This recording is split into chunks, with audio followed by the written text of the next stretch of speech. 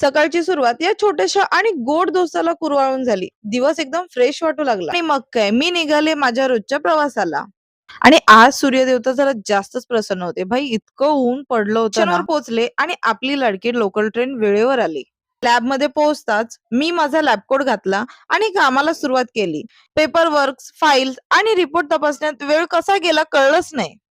हॉस्पिटलमध्ये जॉबला लागल्यापासून ब्रेक म्हणजे फक्त वॉशरूमला जाऊन येणं इतकंच राहिलंय. या हॉस्पिटलची मला एक सिस्टम आवडली, म्हणजेच आयपीडी पेशंटचे सॅम्पल डायरेक्ट शूटने खाली येतात. कोणाला जायची किंवा आणायची गरज नाहीये. रिपोर्ट चेक करता करता कधी 5 वाजून गेले कळलंच नाही आज. सगळं काम पटापट आटोपलं, लॅब कोट उतरवून व्यवस्थित ठेवलं आणि शेवटी पॅकअप केलं.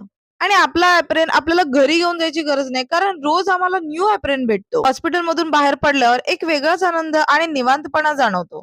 आजचा दिवस खूप छान गेला. पुन्हा एकदा लोकल ट्रेन आणि एक्सेलेटरचा प्रवास करत मी घराच्या दिशेने निघाले. असा होता माझा आजचा दिवस. व्लॉग आवडला असेल तर नक्की लाईक करा.